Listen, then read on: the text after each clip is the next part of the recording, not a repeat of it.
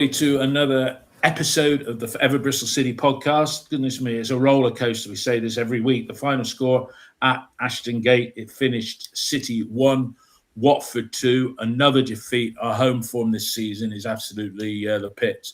We're going to go through the action today with regular Dave Tubby. Welcome back, Ellie Jones, and the first appearance on the podcast. Welcome to you, Katie Fugil, if I've pronounced that correctly. I'll start with you first, Ellie. 10 o'clock, because it was a late one last night. You're traipsing away from the ground. What were your thoughts on the game, the results? It was a decent game, but what did you think?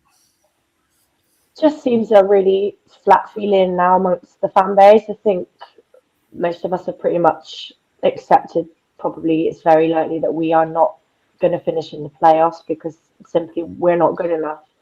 And as a whole, last night included, we aren't beating enough teams around us to warrant getting in the playoffs and being good enough to challenge. Unfortunately, we've just got to accept we're not good enough this season for many reasons.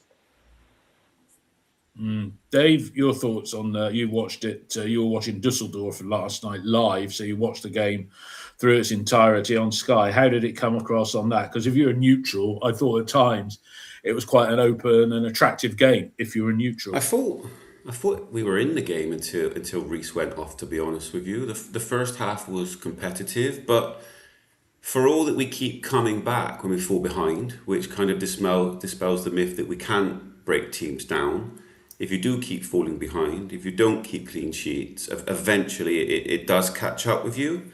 And it's like the season might not be over, but it's in its last rites. It's very difficult to see how we come back from here.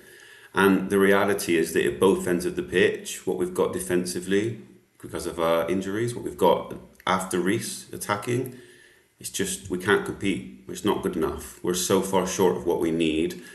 And when you look at the season as a whole, and you look at the players that we've got, and are we really expecting playoffs? Were we really expecting that from the beginning?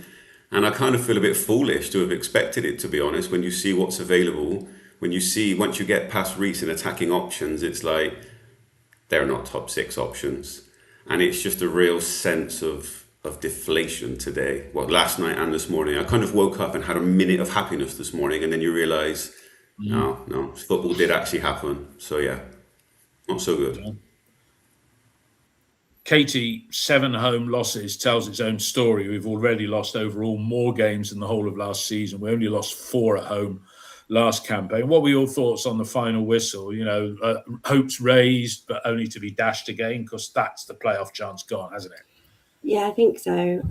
Obviously, we're kind of hoping today for some results to go against the likes of people like Wrexham and stuff. But I think even if they don't get a result today, would be lucky to go and get in that playoffs now, really. And I see on the comments there, it says if the results go well today, then we're down to 14th. So in theory, we've always been that kind of mid-table, and we're going down under the mid-table point, really. It could be by today.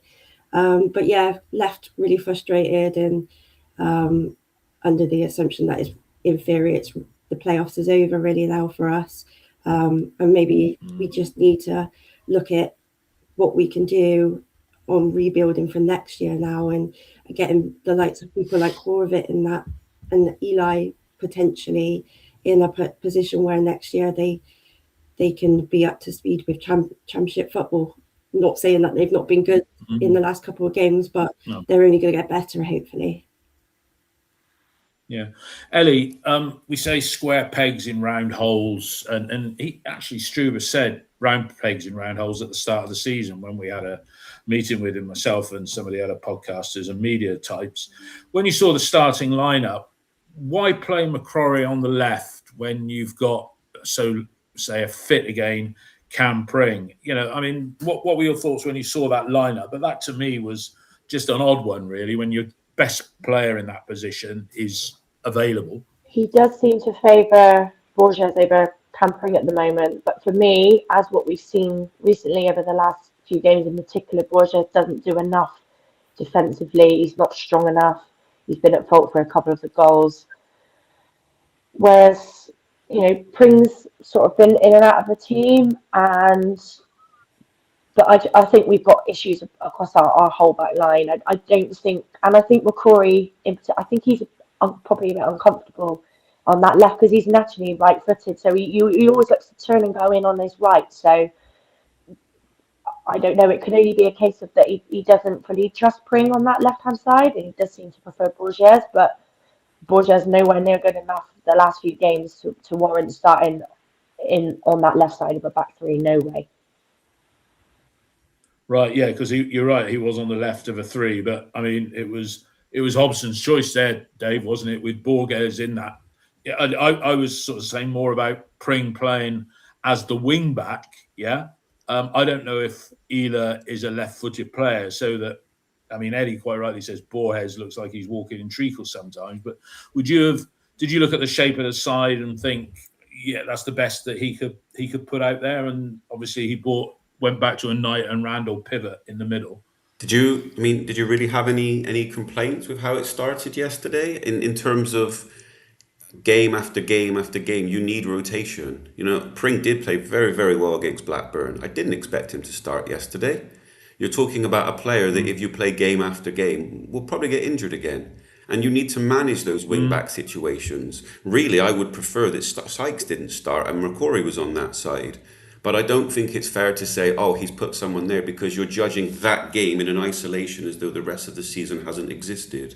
And I think that we're down to choices of that's the kind of side that, based on what he sees, who's got the right data in terms of who's fit enough, who's in the red zone or whatever you want to call it, he's made those choices based on that. Do I want to see Borges as the left centre-back? No, I don't. But I don't really want to see Pring there either. I don't really want to see McCrory there either. There is no good answer. There are just least worst options.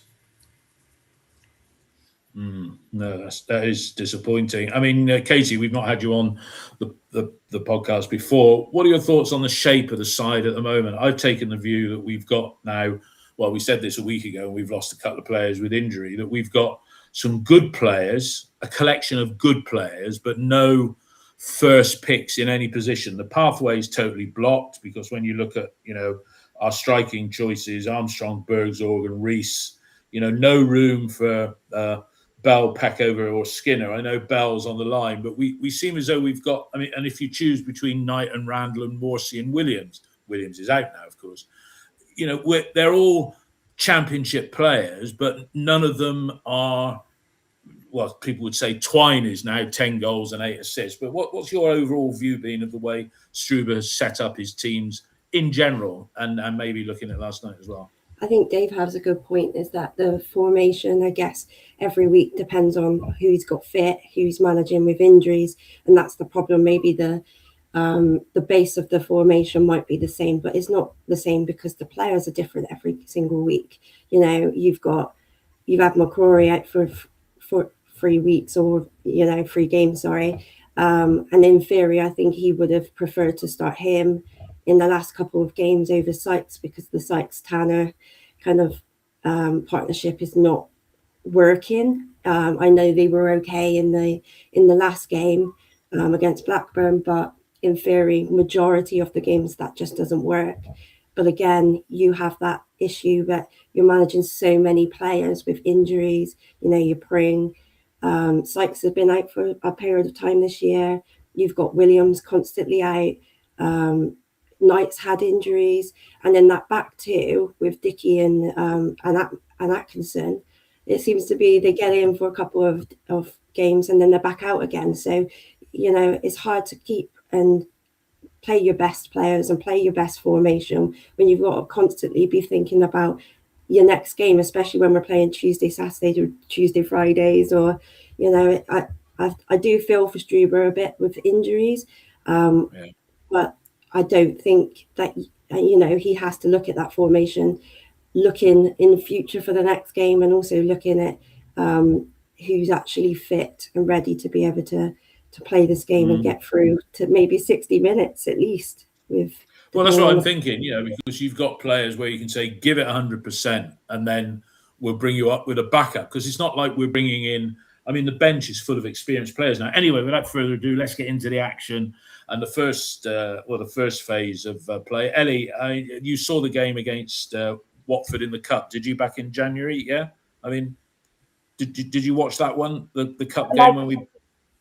I wasn't there that day, but how do we? Okay, that's fine. Yeah, that's fine. Don't worry. They started that game like they did this game. It's a very quick. I thought the play yesterday was very, very quick. The speed which the ball was being played, they were closing us down very quickly. It was very, very lively. But the first goal, coming on 7 minutes again, I think that's the 6th successive game we've gone a goal behind.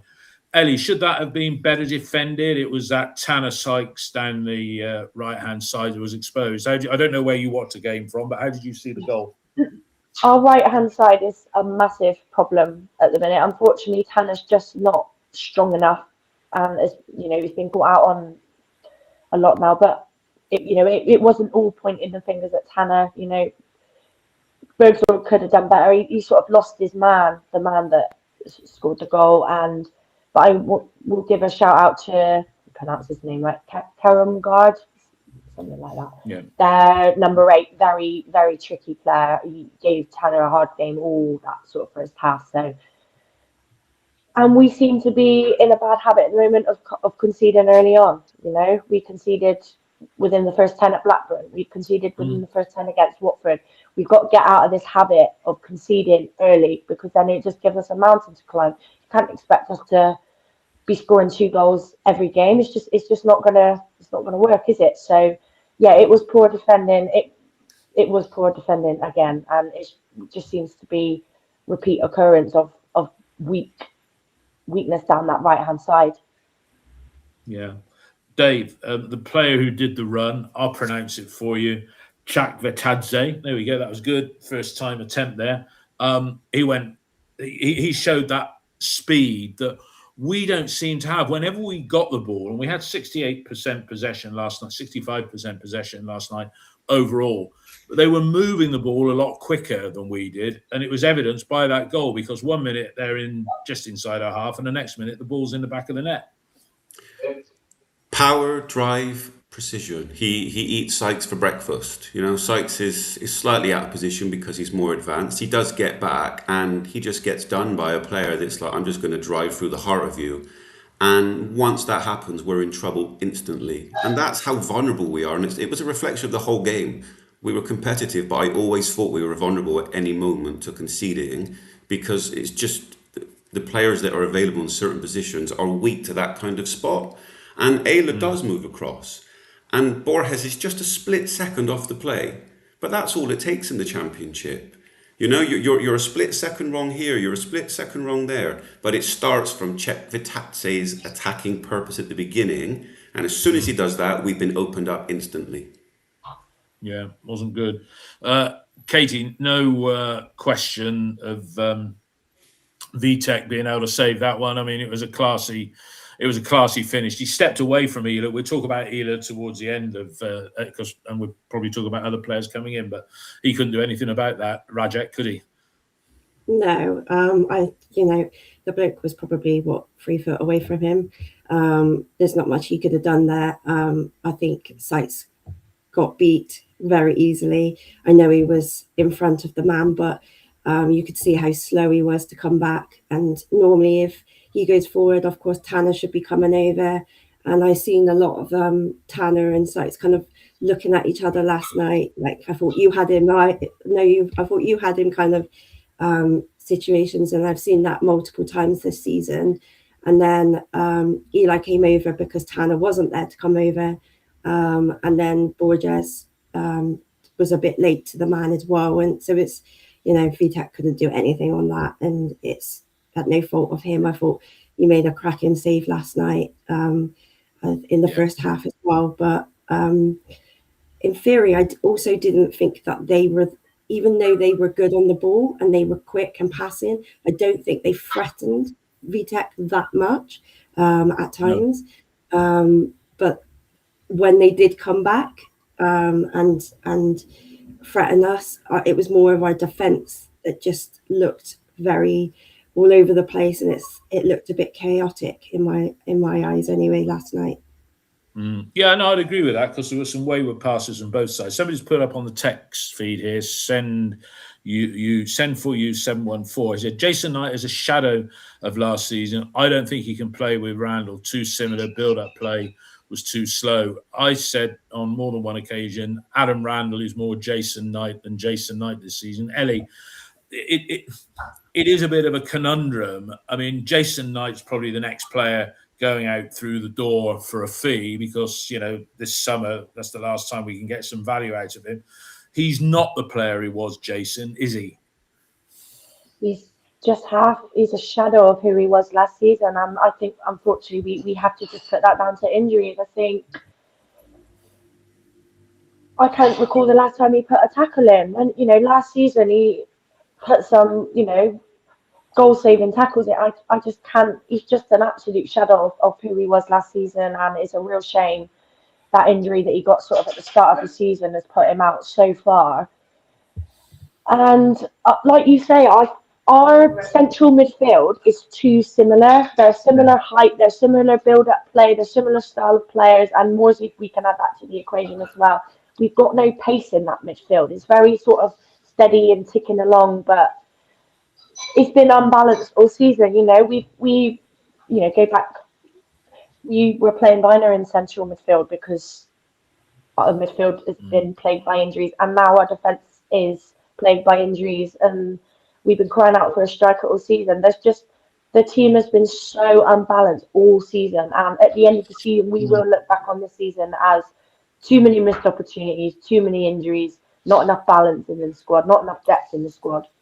I think Eddie sums it up well well there. Sorry, Dave, I was going to ask you the question, Dave, if I may. Eddie's just said, it's unbalanced. But when you look, Knight, Randall, Horvath and Twine, they get into any championship side without question.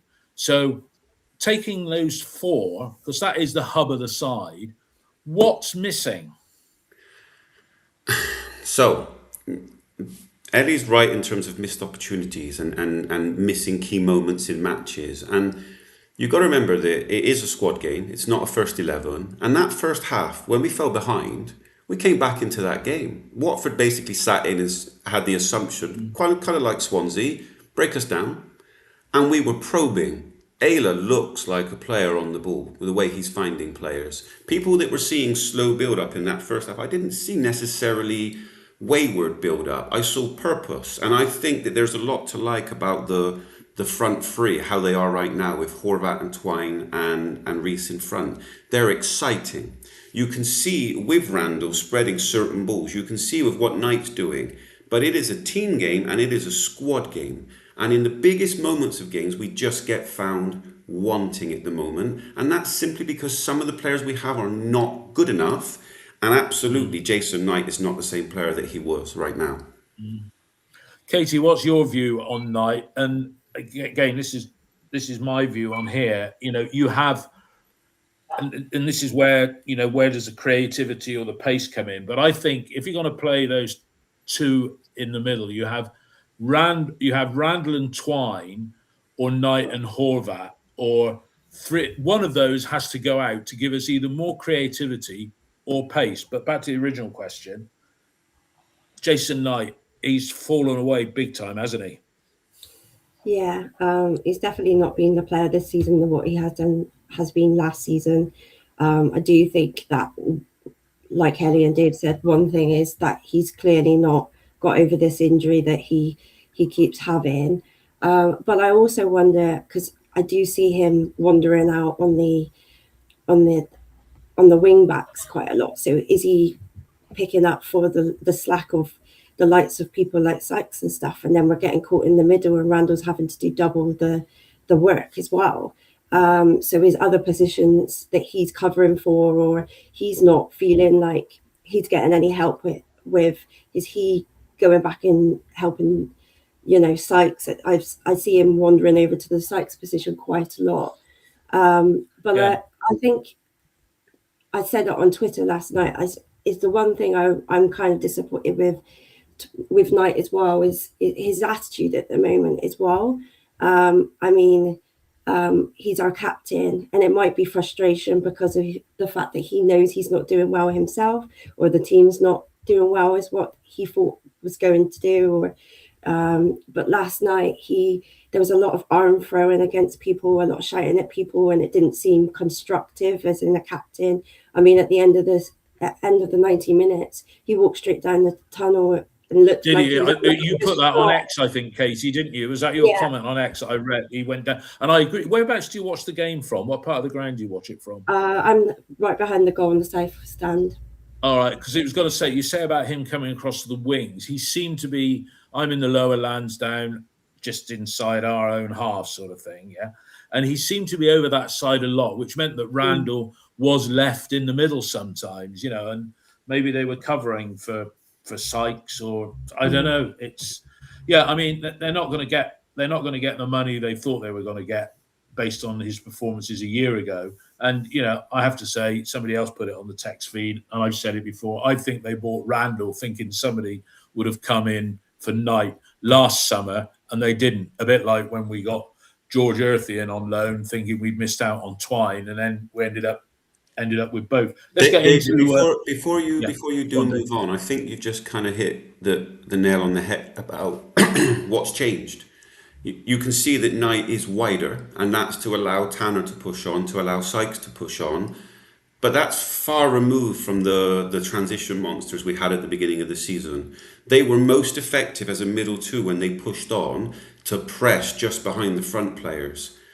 Other teams aren't allowing us to do that anymore. How often did we win the ball yesterday and just go? We didn't, because teams are wise to it, and they're saying, you're going to have to beat us another way.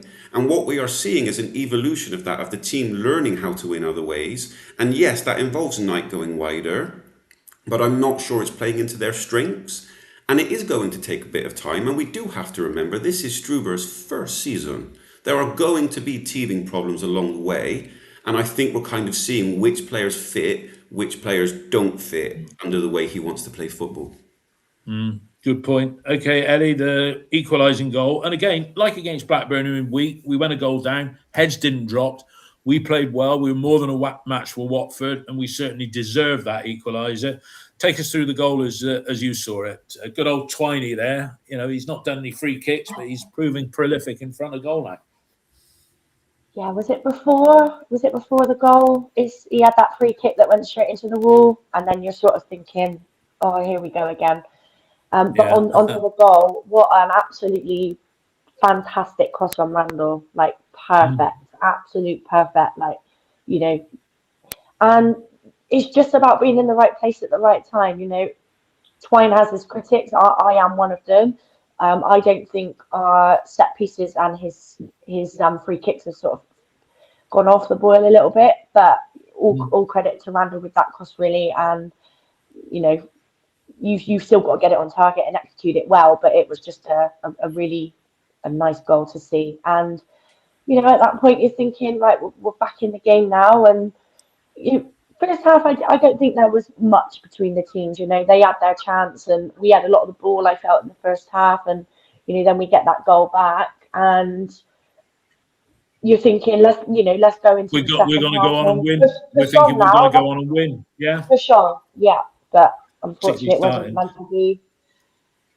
Dave, that goal that Twine scored, very similar position to the one he got against Blackburn. It was on that centre spot, a penalty spot area, this time with his head. I've seen the replay a couple of times. That was just on the big screen. I haven't watched any of the game when I got home. I thought the keeper fumbled that. It's sort of his hands were waving around a little bit, or maybe it was just the power of the header took it through, Dave. I don't think the keeper has much of a chance there. It's so close, and it's a good finish. What I would say on Twine is that if you judge Twine on being more of a Lampard than, say, a Palmer or a Bergkamp, you've got a different player. You judge him to a different way.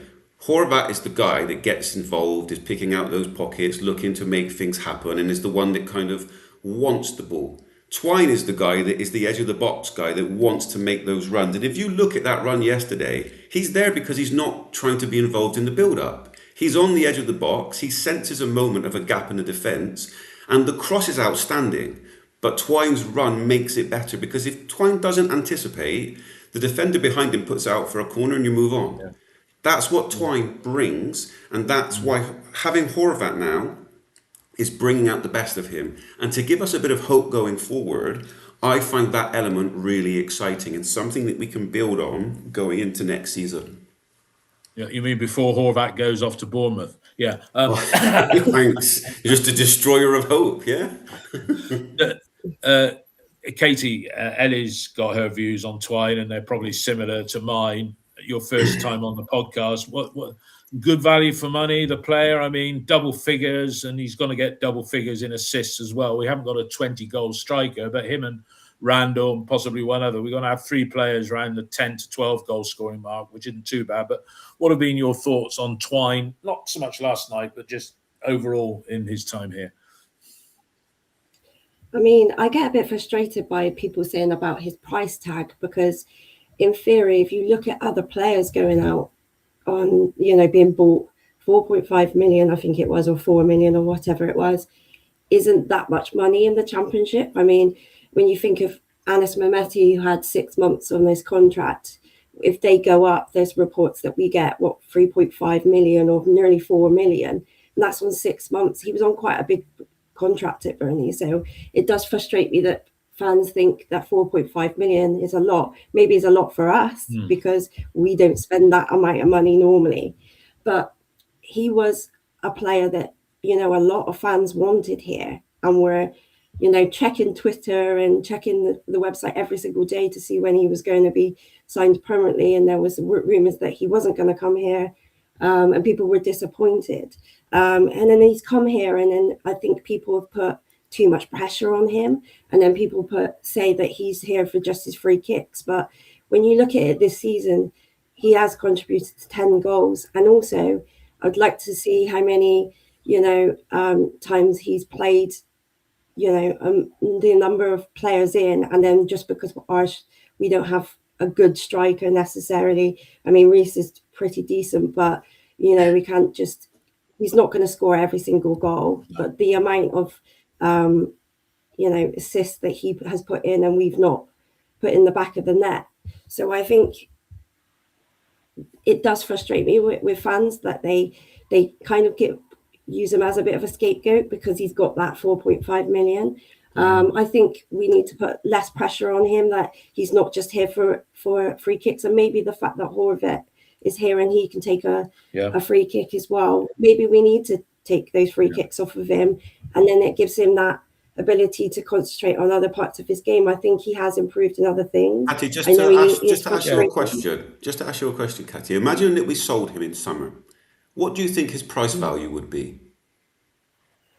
What's his contract at the moment? How long has he got? He'll have 2 years left. 2 years. 9, 10, 11 million? Higher? Lower? Probably. I mean, what you've got to think of is who's going to come in for him as well, I guess. That's the other thing. Is it going to be a top Championship club, or is it going to be a Premiership club? I mean, if Burnley go down and then they looked at re-signing him, I would say it's going to be more than 4.5 million with 2 years on his contract. And he scored 10 goals, and I think I last seen he was at 8 assists. Yeah. No. So that's only going to go up. So by the end of the season, he's going to be more than the 4.5. But I think, So, Ellie, I'll ask you the same. Do you think we double our money, Ellie? Do you think we double our money on Twine if we did move on? Well, Katie has made some really, really good points there, and effectively he's having his best season with us in terms of what he's contributing to the team. I know I made a point about his free kicks, but that's what people as a whole sort of see him for. But he's a 10. He's not just that, but that's predominantly what people see him as. So you can look at that, but on the flip side, he's having his best season with us, and if he carries on contributing the way he has to the end of the season, that there might be interest from a lower end Premier League team, or perhaps maybe a team that's come up from the Premier League. But I don't know. I don't know if I see us getting maybe up to 10. It might possibly be, say, 7 or 8 plus add-ons. But then again, we've already lost 2 of our best players this season. We can't keep getting in this cycle now of trying to retain our best players and losing them. because it's just not sustainable, and we're back to square one. And yeah. The only I mean, reason look, I I think asked with is- Twine, sorry, Dave, I think with Twine, the most frustrating thing about him is his petulance sometimes, and him throwing himself on the ground, trying to get free kicks in the position he's good at. If he stopped doing that, I think he'd be a much better player, and he is an improved player compared to what he was. But we don't believe we don't believe what Roy D'Alien has to say on social media. But the talk was that we were looking to unload him in certain quarters. And that if somebody comes along and offers £6 million for Twine in the summer with a club that's losing £20 million per annum and the current mindset of the owner, we'd probably let him go, which is bloody frustrating. Let's crack on with the actions. Plenty to talk about at the end. Ellie, either side of half time, we had Vitek fumbling one that hit the post and bounced into his arms. And then 10 minutes into the second half, he shows what he's all about with that save where he went down to his right and touched it around the post. Vitek, he is a player that we want next season, isn't he, on loan, if Man United will let us keep him? He's been fantastic, and God knows where we'd be without him, because he has kept us in a lot of games with vital saves. Yes, he has the odd moment where he spills it, Stoke, for example, and last night was like a heart in the mouth moment. Oh my God, when it just sort of clipped it past the post. But then he comes up trumps a lot of the time with some absolute worldy saves. So I think he's had a really, really good loan overall, and was concerned when he got injured, because I thought it was going to be, months. Luckily, it was weeks, and his recovery time was quite quick. So fair play to whoever scouted him. He's been a absolutely amazing signing, and he's going to have a big, big future ahead of him. Whether or not we get him on loan again next season, I don't know. He's probably going to attract a lot of interest. United are obviously going to be keeping tabs on him, but with us letting O'Leary go, having a quality keeper is a big priority for me next season. Now that Max is gone, and when BTEC goes back, we need to be looking at a keeper as one of the top three, I'd say. Yeah, Dave, VTech, somebody was critical on social media last night about his distribution towards the end. We were still tippy-tapping around at the lot. But like most sides, we seem to invite pressure when we do this short passing at the back. Do you think in the last, when there's 5 minutes to go, instead of tippy-tapping and just welly it long down the field and create a bit of chaos? What do you think? Well, first of all, your choice of fumble on that one that hits the post twice is a little bit harsh, Basically, any complaints against Vitek there are essentially because he's not a giant. He actually does well. Now, he's very unlucky in the fact that it hits the post and does hit him, but he manages his body well enough. I'm of the opinion that we can talk about Vitek and how we can improve, and distribution is a part of that. But if anybody is willing to go in on Vitek, I just think that they're just angry at what's happened right now and looking to put that anger somewhere, because he doesn't deserve it. He's been high quality for us this season. And yeah, there were certain moments where I was like, stop messing around with the back. But it also doesn't help when you've been passed to in that way. It's not on Vitek in those situations. I think he's a high quality keeper. We have other issues. It's not on him. Okay, Katie, Dave sort of said I'm angry at the loss, so I'm pointing a finger. Your thoughts on the VTAC, and if you're Man United, do you let him come here and be first choice, play another 46 games? I think he's only just 22, or would he benefit by a season in Europe, or is he good enough to be on the bench for the Man United first team as their number 2? I mean, I think he's amazing. I think he's great. Probably the best keeper we've had down here. Probably, well, since maybe when we first got Bentley, maybe even better.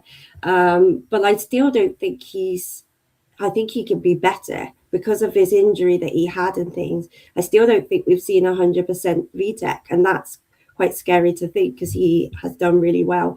I mean, last night, I agree with Dave. I think it was a bit harsh. I know that he had to saved one off the line from a Borges 50p head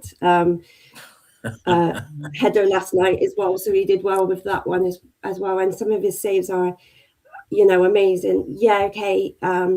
His distribution is not always 100%, but he's still young and he's still developing, and he's still also getting used to English football, competitive football. He's gone, I know previously to this, he was at a club, in another country, which they played completely different football to us. The Championship is so fast and is so different.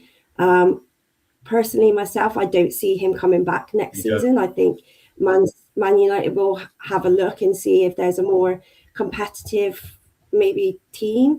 I do think that he should stay in English football because it's completely different. I think he'll get more benefit. Do I see him at Man United's number 2 next season? Depending on what they do in the summer, I guess, and who they keep, who they send out. So it's hard to, to know what they're going to do in the summer. You never know with Man United. Yeah, I love that. But I don't see him being here. I love that phrase you use there, 50p head, right? It's showing my age now, but I can remember before decimal currency, and we used to refer to players doing something like that as threepenny bithead. And if you know your old English style currency, I think a 50p has got 7 sides to it, or is it less? But a threepenny bit has got about 10 sides to it. You never. Wayne Allison never used to speak to me after matches when I was doing stuff on the radio because Richard Latham told him, I called him threepenny bithead and tanglefoot because, he didn't know where the ball was going when he touched it. There we go. Ellie, I thought, and I put this on X last night, I thought the pivotal point in the game happened in the space of about 2 minutes, probably even less. 76 minutes, 75 minutes, 76. Horvath gets the ball on the edge of the box and he takes 4 bloody touches. Sykes or somebody was to his right. From the minute we lost possession I think it was Knight I think it was Jason Knight to his right-hand side. That, like you said, that was the changing moment of the game for me. And because they went up the other end and we never cleared it, did we? Yeah. He already, from what he reminds me of Mehmeti so much. The way he sort of travels with the ball, he's a very sort of quick and pass sort of player. But he will learn. He's very new to the Championship, but he will learn. Taking that extra touch, you can't do that. You see it so often. They hold on to the ball, hold on, release the ball. He could have. He looked at his option. Watford's shape was very defensive at that point. No, they had a lot of men in the box, so he made it get to that point where they could shape and regroup. But you've got to be very quick thinking when you're in the box like that. And if that goes in, is 2-1, and we're on a high, and then who knows we win the game. Who knows? But it's one split moment like that in football that changes it. And it's unfortunate, but he will learn from that. Yeah. Dave, Ellie said that they had a lot of defenders back there. You've had the chance to watch it on telly. Did he have the chance to get a shot away? I mean, Sykes, as somebody pointed out, was Sykes wide on the right? You keep thinking shoot, but there wasn't a gap, was there? So he made all the wrong choices. It was like Mehmeti at his worst there. That was the first thing on Horvath is that it's not the first time I felt he's held on to it too long. He did something similar at Hull when he should have scored. But you can see the decision-making process. I don't know if it was Sykes or Knight on the outside of him, but he's gone to play the pass and realised, no, it's not on. He's trying to keep it for a bit longer, trying to find something. And it's not he's given the ball away. It's something that he will need to adapt with, that he's got such a quick speed of foot, but so have defenders too. He's got to make that adjustment, and that is his kryptonite at this level. But David, I think for you to correlate that to how we concede, which is like 2 to 3 minutes later, we had enough opportunities. Was it that long? Yeah, it wasn't like 20 seconds. Like there was like massive sets of play. I don't know if it was 2 or 3 minutes, but it was enough time and enough different moments to reset that it's not that direct correlation. It's the anger coming through again, Dave. It's the anger. And to my mind, the moment that we were no longer going to win the game was when Reece was subbed and Armstrong came on. As soon as we did that, I had no faith that we were going to win the game anymore. And I think that you should enjoy Horvat for what he does rather than focus on that moment. Because that moment, yes, he absolutely could have done better, but that's not the reason that we concede. There are deeper problems. Let's do the goal separately. Katie, you're behind that goal, aren't you? Yeah. I mean, you must have said, "Come on, shoot, shoot, shoot." Again, I think I actually said in the first half to other people around me that he has, like Ellie said, he's quite similar to Mehmeti, but actually he was a bit less frustrated with holding on to the ball, and then he did that, and then I thought, but you know, on the other foot, you kind of look at it and go, if he had passed it and then you'd had Sykes and he absolutely nailed it into the stands, which he did a couple of times yesterday, him and McCrory. I guess some people would say, why don't you shoot? It's one of those sometimes where sometimes you want them, you want them to be confident in themselves and you want them to shoot, but at the same time, there are times when you go, oh, you want them to pass, and that could have been an easy goal. But again, like Ellie said, he's another one that's getting used to this type of football. I'm sure where he was playing before in Austria, he might have had more time, and he probably would have scored that goal. But I do think that, I always said when he came in, we're going to have to be really, really patient with him. But actually surprised me with how quickly he's shown how good he is and what he can provide. And again, I don't think we've seen the 100% of him. He will get more confidence and he will get quicker with more experience in the Championship. Yeah, everything we've seen about him. Everything we've seen about him. I love watching him play. Yeah. He's everything we've seen about him so far. Everything we've seen about him so far looks good. I don't think that was the turning point in the game. Personally, for me, I think the turning point was the subs. I think the subs were incorrect and at the wrong time. I think we should have made the subs differently. I think Pring should have come on for Sykes earlier, and I don't think that we should have changed. I can't remember who the other person. Oh, Bird came on, and. Sinclair came on for Reece, I think. That's right. Sinclair for Reece and Bird for Twine on the hour. Yeah. Those were the two. Yeah. So I think when they came over, it just we just completely changed. The whole team changed. But I think it took a while for Bird to get into the game as well. But I thought that at that time, probably 5-10 minutes before that, I think I was screaming to get, and there was a lot of people around me screaming to get Sykes and get Pring on. I think Pring is better going forward. And then McCrory, I always think he's better on that right-hand side going forwards as well. So it made sense to me that should have been his first point of call of subs. And I thought that him making those two subs up front or with Twine and he could have waited off with those two. And I think it's such a typical, we're always going into Manning territory here where we could all pick when he's going to make these subs and who he's going to make subs who and when. That's a very good point. I think the sub thing is difficult because we know we've got a lot of games and there are sometimes I feel like, oh, why is he taking him off or why is he doing that? But at the same time, I have an understanding that there are a lot of games to manage in one period and you can't just play them all. But there's one player that I don't want to go on this journey with anymore, and it's Sinclair Armstrong. I'm as done as can be. Let him be someone else's punt. He offers nothing. There was one incident, there were multiple, and I'll just run through a few of them. Sykes gets the ball, puts it across. Armstrong is absolutely nowhere near it because he's not made the run. And then afterwards, Armstrong does a slight nutmeg and it gets the crowd up like, oh, he's done something. But he didn't attack the first cross. There were 2 or 3 occasions where he gets the ball and just loses it without offering any threat because he's outdone by the defender. This is not a player that I want to see us take a punt on. I don't care if he has a successful career. For me, he's not fun to watch. Let someone else get the spoils of that war. I really hope he's not here next season. Okay. All right. You said a piece about Sinks. Let's talk about their goal. Ellie, I mean, rocket shot, bang, in the back of the net. It was a clinical strike, but did he have too much time? And much as we've praised Ela, I haven't seen it on telly, the replay.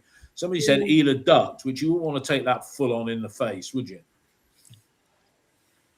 No, and I think the speed of the ball as well is probably a reason of why his body language was like that. And yeah, it was an absolute, peach of a goal, wonder strike. But he had all the time in the world to take the touch and then fire it the way he did. No stopping that, but really disappointing. And as soon as that went in, that was it. There was going to be no coming back from that. Heads dropped, and that was it. Yeah, Dave. Yeah. Dave, should that have been closed down? The player Ngakia? Well, first of all, what a strike! Genuinely, what a strike! It's a phenomenal hit. But in answer to your question, first of all, it's not a good look on Ela ducking, and no, you don't duck. I played football at a very, very, very poor level, and I took a few of those in the face, and yes, they hurt. But you just take it. That's just what you do. And it's going to hurt. It's not going to be pleasant, but it's not a good look when your centre-back is ducking and it ends up in the back of the net. And that image is going to probably stick with him for a while. Even if overall, I think he's been a great addition. He looks fantastic on the ball. He looks cultured and classy. You don't want your centre-back doing that. And actually, the goal starts because Captain Jason Knight gets out-muscled and out-fought on the ball from the throw-in. And that's the essence of the problem, because the moment that he gets done, we are in trouble. The defence is naturally drawn in from the ball. They stay composed. That's not a random cross. That is a played pass to a man in space. But from there, the finish is of the highest quality. Katie, I guess you'd endorse that.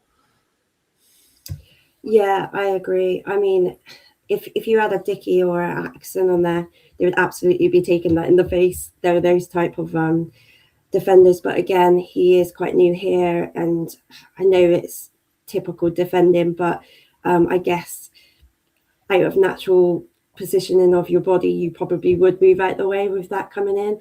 But I think the problem is pre to that anyway. Knight, like Dave said, should have been closing down there and not letting him run past him. But I also have watched it back a few times, and there are two players on the edge of the box that have no one on them at all. So, poor defending as well. I think Pring should have been on one of them, and potentially Randall got pulled over because the guy, ran past Knight. So I think it should have been better defending, but like everyone has said, great strike. I don't think you're keeping that out once he gets that time.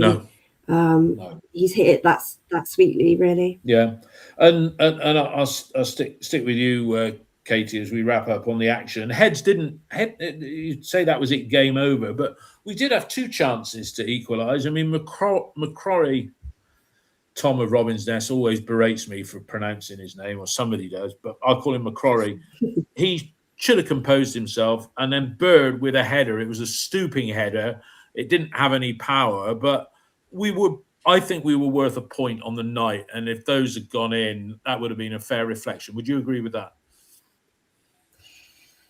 Yeah, I think both teams, to be honest, I thought both teams were poor last night. I think a point would have been probably maybe a fair result, but I did think with McCrory last night, he didn't seem the player that he has been, and that might be because he's been out for three games. I didn't think he was poor, but at times he was a bit chaotic, and like you said, wasn't composed with that shot. I think if that was maybe 5 games ago before his concussion and he hadn't been out for 3 games, he might have been a bit more composed. I thought in the first 10 minutes he was a bit trying to find his game and trying to, it was almost like he got a knock on the head and he forgot how to play for 10 minutes, and then he kind of settled down a bit. I can't really remember the Max Bird. Maybe I'd switched off by then. Yeah, I think but most people I thought it was over. yeah. But yeah, I think we didn't let our heads drop, and we had a lot of possession, but I thought decision making in that last 10 minutes, even when, you know, they had scored, I thought we weren't smart. I thought we were quite slow still. We were passive. We were quite pedestrian in our approach. Yeah. Ellie, do you think Ellie, do you think I'm just a little bit conscious of time because I've got a hard stop in about 10 minutes. Ellie, do you think we were worth a point on the night? Overall, yes, but overall, then again, we were quite poor again in our defending, and that McCrory chance in particular, he had time. He had time to compose himself. There was nobody really closing him down. He had time. But I think at that point, it was just sort of fire it anywhere, and just sort of bring Armstrong into the equation as well. I very much got that vibe from him last night as well. It was more rush and hit it anywhere, and it would have been a fair result, a point. I don't think either of us or Watford are good enough to be top six or challenging. And there was a stat on Sky as well. Watford's run before last night was appalling. Their run of this amount of games, I think they won one game. One in 9. One in 9. Yeah, very much. That's very inconsistent. Draw, loss, draw, loss, draw, loss. So it is very disappointed. Last night was the perfect chance for us to capitalise again, close the gap on the playoffs. But how many times have we been in this position this season? We get the chance to close up the top 6. Don't do it. We get the chance to, form a little bit of a gap. We don't do it. And something I made a point on in the week as well. All those teams below us that we had a cushion on have now caught us up or have overtaken us. The likes of Derby, Burnley, Watford, all of the same calibre of us. Sheffield United have had a pretty below par season. They're only a point or two behind us now. They could overtake us in a game or two. And it comes down to the fact we're not consistent enough. Yeah. Dave, Ellie sort of says, maybe we're worth a point, but we're not consistent. I mean, we're in, whichever way you look at it, we're in relegation form. The last 12 games, 3 wins, 3 draws, 6 defeats, 12 points. Extrapolate that over the season, relegation. When do we start to get a bit nervous about stuff? Because if you look at the league games coming up now, assuming we beat Port Vale, it goes Leicester away, Borough away, Coventry at home, West Brom at home. Yeah, we're going to struggle to get last season's points total the way things are going at the moment. But at what point do we worry? We're already worried about the summer with who's coming and going, what we're going to have to spend, who's leaving. At what point are you going to get worried, Dave? Worried about what exactly? I'm not looking down the table. Well, the direction that we're going in on the field, because you said you got it wrong with you said the game was lost on the half hour. We beat Blackburn based on 35 minutes in that first half where we played great. But then the second half, we went right off. Yeah. So at what point? Put it this way: if you're in your rather playful mood, I can see an end of season review coming out in the next couple of weeks, and you'll answer those questions very much in that particular scenario, because we made a mess of the January transfer window, and we're still paying the price. And the problem is that those people that made that mess, we've got to ask them to go and do a better job in summer. And that's the point where I get worried, because there's going to be a decent amount of churn. There's a lot of contracts that need to be solved ASAP, and there needs to be quality brought in to different positions. Because when we talk about the centre-backs, Jamie Knight-the-Bell could have been recalled. That's not hindsight. People spoke about it. People were worried, saying, we're in a back 3. Do we have enough cover if people get injured? Yes, you cannot control the fact that 2 players get injured at once.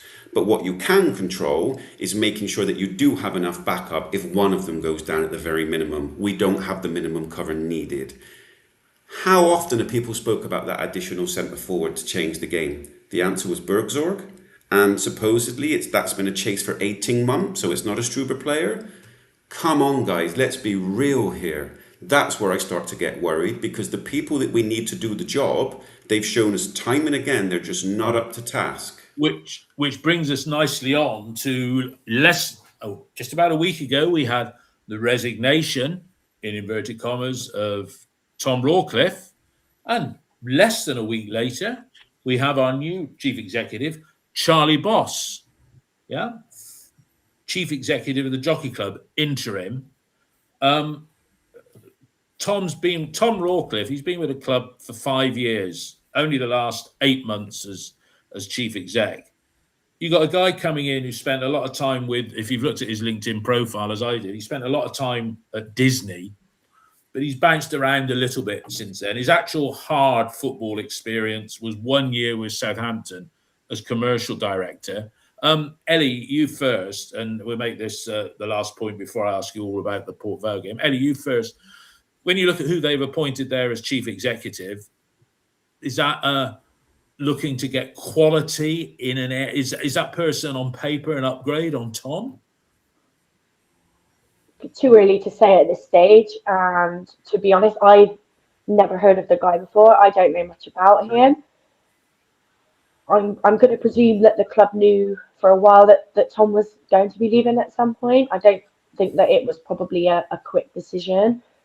However, in terms of CEO, it's never really been settled, has it? If you look back over, say, the last sort of 5-6 years, we had Ashton, and then we had, sorry, I can't think of his name off the top of my head. No, we've had nine in the last 15 years, Ellie. There's never been stability up above, I'd say, in that respect. So, do I have faith really in this guy, what he's going to bring at this stage? No, but it's too early. Too early to say, isn't it? Yeah. Katie, have you looked at the guy's background and you look in and thinking he's no Richard Gould? He looks like a decent chap, but it's a job nobody would really want in football, chief executive of Bristol City, because it's like being the chief exec in any family business. The decisions are taken around the breakfast table, not the board table. Yeah, I don't know much about him either. To be honest, I haven't looked him up or anything like that either. But I have a feeling that Tom leaving might have been something to do with the Lansdowns as well, because I remember him coming out that pre-interview before the game, and he said that he was going to look at all positions in the club, and then suddenly a couple of weeks later he's resigned suddenly. I don't know whether he was pushed, whether January had a part of that as well. I don't know, but it just seems to be a bit of a coincidence when he comes out a couple of weeks before and says he's looking at all positions in the whole of recruitment, in the whole of the club, and then suddenly he's gone in 2 weeks. But I don't think he really, I mean, he came out multiple times and said he didn't have much to do with any of the football. He just looked at money and it looks like Tinian went to him and said, we want to buy this person, or we want to get this person, can we have him? And then he said, just say a yes or a no, or if this is what we need to do to get him in or something. So I don't think he really had that much to do with the football side or anything anyway. I think he just was the money man that said yes or no, to be honest. Yeah. Dave, it's an interesting position to hold at Bristol City, isn't it? The thing is, it's a revolving door that in certain periods they thought that they didn't even need, and it's a position that if you aren't a yes man, it's off you go, next man please. And it seems to me that they will look and try and identify problems, but it's never them. It's never Lansdowne, it's never Tinian, it's never the scouting network. It's always the CEO, the least effective, football identifier there is. That generally speaking, I mean, even Tom was saying, I'm not a football guy. That's not the problem. And we are essentially in a position where we are relying on someone like Struber with his network to go out and find the unknowns. And he's not worked under that system that often. He's used to working in a director of football. Yeah. The issue is that the players that they bring in, the good ones, it's always the same. They are the ones that even fans know. The ones that you step out and go beyond that network, I don't trust them to do the job. I just don't. No, I agree. And I think it's no coincidence that I think three of the best players in the squad at the moment, whilst it would have gone through the recruitment sausage machine of analysis and everything like that, but Vitek, Ela, and Horvat, I think they've all come through Gerhard Struber's recommendation. Right, quick question to each of you as we wrap up. It's a very simple answer. Ellie, next Saturday, are we playing? It's a home game. Are we playing Sunderland at home, or are we playing Coventry at home? Ellie? Well, it depends what City turn up, doesn't it? Based on, if we don't beat Port Vale, something is seriously wrong. We have enough quality to beat them. I hope it's a straightforward win, but with us it probably won't be. So, fingers crossed, yes, we should be playing Sunderland, but it just depends who turns up. Yeah, you're sitting on the fence a bit there. There's no chance of a replay because it's Sunday. Katie, next Saturday, Sunderland or Coventry at home? Who's it going to be? I do think we'll be playing Sunderland next week. I mean, yeah, it depends what type of City turn up, but we do, even with injuries, I think we have enough quality to beat Port Vale. I think they're in a bad run as well. I think they're bottom of League One, but I still think we'll beat them just about, but I don't think it's going to be an easy win. All right. So you're saying Sunderland. Dave, next weekend? Well, the good news is we can concentrate on the cup now and having a good run. Normally you get to concentrate on the league. Now you concentrate on the cup. And I think we'll be playing Sunderland on Sunday. Is it Sunday or Saturday? Mid-afternoon Sunday. Early afternoon Sunday. Yeah. Sunday. And if we win, the next game gets moved to Wednesday. Oh, God. Right, I'm all over the shop. Welcome. All right. Well, look, basically, if we win again, if we play Sunderland on Sunday, the Leicester game gets moved from Tuesday to Wednesday, I believe. Yeah, right. Okay. That's interesting. But if we lose to Port Vale, we play Coventry on Saturday, correct? And everything stays the same, exactly. Yeah. So it'll be so Bristol City. It'll be so Bristol City that we'll lose to Port Vale and everybody will be down. Then we'll entertain Frank Lampard, Coventry City, and we'll beat them. And then we'll go to Leicester and we'll draw. And then we'll lose to Tommy Conway's Middlesbrough. There you go. I've done the prediction now. Everybody who's watched us recording this live, thanks for your support. Katie, good to have you on as a first-time visitor. Hopefully we'll have you on again. Ellie, you've been on before. I'm sure you're first on the list for the end-of-season review. Yeah, that'll probably be before the end of March. And Dave, as always, thanks for your support and little technical stuff on the side as well. Everybody, have a good week. I'll be uploading this to Spotify, etc., at some point, but I'm going off to enjoy a birthday treat now. I don't know what that is. I don't like surprises, but I'll find out at 3:00 this afternoon, and it's got nothing to do with football. There we go, everybody.